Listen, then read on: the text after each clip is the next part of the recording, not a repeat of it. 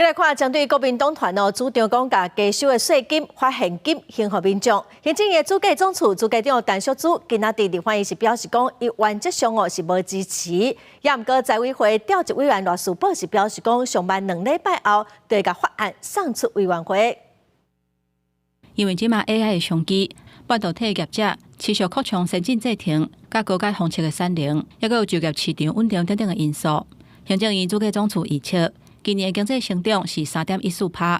毋过，主计长陈淑珠去立法院报告，调野的立委是搁较关心甲税还予百姓的问题。每一年它的先后次序排列的不一样，我知道，是，那个所以我们不能把它定在法条里面，让它将来执行没有弹性。那我请陈淑珠表态，原则上是无支持普发现金1万块，而且强调过去的法是由过去的时空背景来考虑。毋过，国民党团希望修法，甲税还予百姓会当法制化。目前拢总有林德福、罗斯宝、甲王宏斌提出的3个版本，民众党嘛有提出版本，按照上班2礼拜了后，会甲法案送出委员会。我们当然希望能够出去，那即便大家都没有共识，我们就全案保留。那出去也是一个办法，最慢在2个礼拜一定出去。行政院是国家最高行政机关，所以呢，他对于他的整个国家施政，他的预算编列是他专属权，这个是叫做权力分离原则，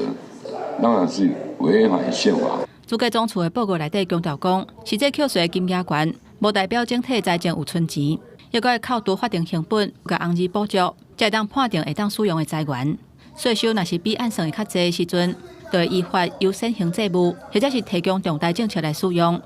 若是法制化，可能会破坏财政的纪律。因若主计总处按算今年8月底送出明年中央总预算案等等的资料，予立法院审议，按算上紧9月份，专门有机会会当领普发现金。